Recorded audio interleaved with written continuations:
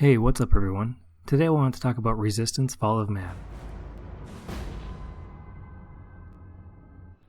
The very first Resistance game was released in November of 2006. I have a lot of fond memories of playing Resistance when I was younger. It was one of my first games I ever owned when I bought a PS3.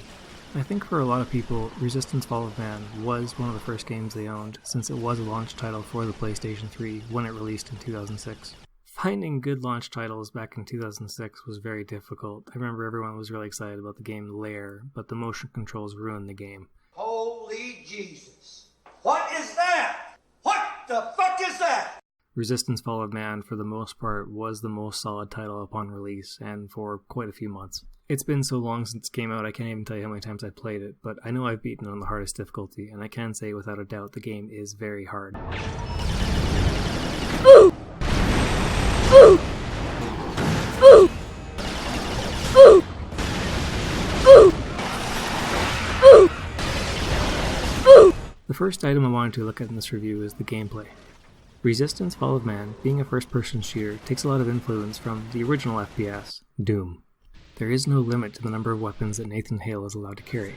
At a glance, this is very unrealistic, but for a video game, it makes it a lot more fun. It gives the player more options and more available firepower, if you will. As with most modern shooters, the main characters would typically only be allowed to carry 2 weapons at a time, limiting them to a more realistic approach, but taking away from the experience overall. Similar to Ratchet & Clank, Resistance: Fall of Man has very unique weaponry. Right out of the gate, your main character is given a carbine. It's basically a full auto assault rifle with a grenade launcher. Next to this we have the Bullseye Rifle, a Chimerian-based rifle which shoots energy bullets. It has a secondary ability to fire a tag at enemies. Once fired, every bullet you fire will home in on the tag. Then we have the Auger, a unique weapon I absolutely love. The weapon has a bullet that'll penetrate through any solid material, and if required, it can fire an energy shield, which can bail you out of some very sticky situations. And then we have the XR005 Hailstorm. It's like a nail gun, but not really a nail gun. And after that, things get pretty generic actually. You have a shotgun, you have a rocket launcher, you have a sniper rifle that actually slows down time, the L23 Far-Eye. And then after that we have the Bullseye Mark II. New, improved, get yours today. Just kidding, it's the exact same goddamn gun, only in blue. The last thing I need to mention with Resistance: Fall of Man is the 3 grenades they give you in the first playthrough. The first is the frag grenade, pretty typical affair. Second is a hedgehog. It's a small ball you throw towards your enemies and that shoots spears everywhere. Pretty cool. And lastly we have the air fuel grenade. It fills the room with gas, then ignites it. Why are all these candles screaming? Insomniac did an outstanding job making the weapons feel like they belong in the 1950s, given that we have an alien species trying to invade our planet, that is. One item that's always really bothered me about Resistance: Fall of Man has been the controls. Call of Duty was the first game that really hit it out of the park with their control scheme, and a lot more games into the future would actually try and copy it. You can tell in Resistance 2 they did this, but we'll come back to that, I promise. One thing I really enjoyed from Resistance: Fall of Man was the vehicle gameplay. Resistance 2 removes any sort of vehicle combat, which I think actually makes the game worse overall. I felt that in Resistance: Fall of Man, the vehicle gameplay adds a nice mix and variety to the game, be it the tank, stalker, or the jeep. I really enjoyed all 3. I love how no one seems to ask the question how Nathan Hale knows how to pilot a stalker, a Chimerian vehicle that is completely alien to him. One thing I've always loved about Resistance: Fall of Man is the artificial intelligence they put into the Chimerian enemies. I understand that when it comes to the AI in Resistance: Fall of Man, it's easy to program in the sense that it's a linear path. However, when you look at Resistance 2, the AI is a step down. It's a lot dumber, it's easier to figure out where they're going to go, it's just not as fun. And that brings in another point, is the variety of enemies that Resistance: Fall of Man brings to the table is quite impressive. The first enemy that we encounter is the Hybrid. The Hybrid is a typical soldier that can be found in all 3 games throughout the series. One thing I never knew when I started playing Resistance: Fall of Man is the life cycle of the small little bugs, the crawlers. What I didn't know is that if they can't find a host to crawl into, they turn into leaper pods, and then eventually into leapers themselves. And in the later stages of their lives, they turn into rollers. There's also a smaller human-like version of the Chimera referred to as a menial. They're almost like the village peasant version of a Chimera, but when they move in a pack, they're more threatening. When they latch onto you, it's terrifying.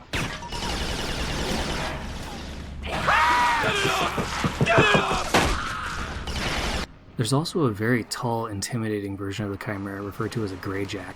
They're lanky, they move quickly, and anytime I see them, I always get creeped out. Then there's a large, bulky dog version of the Chimera referred to as a howler.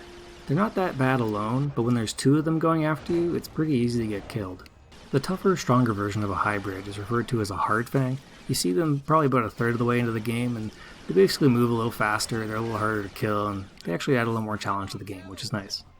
The auger-wielding Chimera are referred to as steelheads. I've always really admired the design on the steelheads. I like how they have a black exterior with a chimney on their back.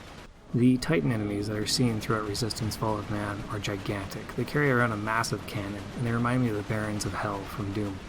In the latter half of the game, we find these giant spiders referred to as Widowmakers. I always giggle a little bit because I think they're shooting out bubble tea, but they're actually sapper mines, and they hurt a lot. To give the game a futuristic feel, the Chimera also have mechanized units. There are two types of vehicles the Chimera use in the game, the first being the Stalkers, which are lighter and faster, and then there's the Goliaths, massive towering behemoths that are able to level towns. The final enemy that we're introduced to in Resistance is the Angels. The Angels are supposed to command all the other forms of Chimera through telepathy.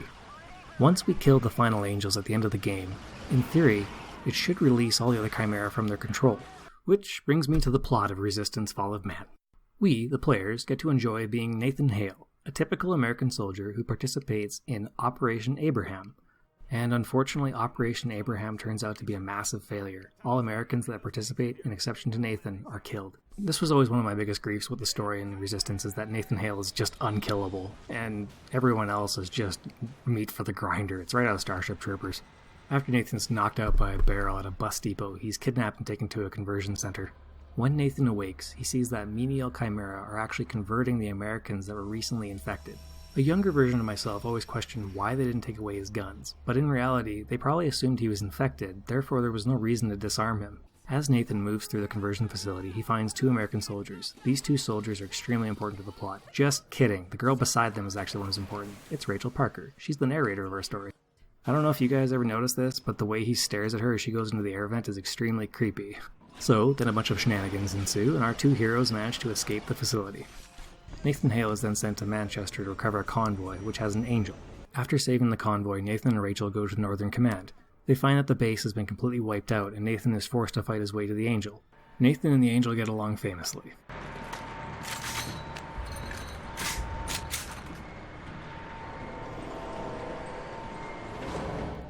Misa called Jar Jar Binks. After that, we get to meet Stephen Cartwright, who becomes Nathan Hale's right-hand man.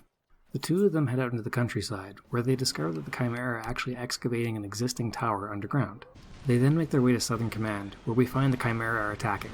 With their intervention, the losses are minimized. Nathan then breaks off from the other characters. He goes underground, finding power conduits, which lead him back to the city of London. We can see that the Chimera has had a heavy toll in the city of London.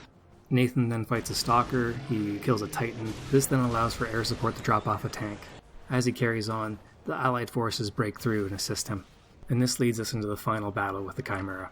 The human forces mount an attack on the largest tower within London. To ensure the success of the attack, the human forces blow up bridges throughout London to ensure the Chimera are not able to attack them from behind. A single Goliath gets through after all the bridges are destroyed, and Nathan and Cartwright are forced to hunt it down and destroy it. I always really enjoyed the battle with the Goliath. I thought that it was a nice break from all the first-person shooting, and kind of gave a nice variety to the game. We had a really funny glitch when I got out of the Stalker. It's almost like Nathan Hale is actually the camera above the Stalker, and then he flies in like a bird. If you wanted evidence to prove that the game was rush dated out for the PlayStation 3 launch, this was it. Nathan then pushes his way through the tower. He fights elite hybrids, the Widowmakers, and lastly he fights the Angels. In the final minutes of the game, we get to see that there's a central reactor within the tower. Unfortunately, we need to be patient in this part of the game. The 4 cores in the reactor are not exposed right away. Between each core, we have to fight droves of enemies.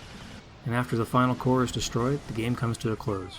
The fate of Nathan Hale is unknown. However, after the credits roll, we find out that he's still alive. We see Nathan Hale is surrounded by special ops soldiers. He thinks to himself, should I blow myself up? For the sake of everyone else, yes, he should have. Resistance 2 is not a very good game. I don't really like Nathan Hale as a character, to be honest. He's very one-dimensional and he hardly ever talks. It's quite boring, actually. Resistance Fall of Man is not a great game, but it is very entertaining, and for when it came out, it fit the bill. I would honestly give it a B-. I want to thank everyone for watching this video. I really appreciate you guys watching it to the end. And lastly, but most important, I hope you guys have a great day.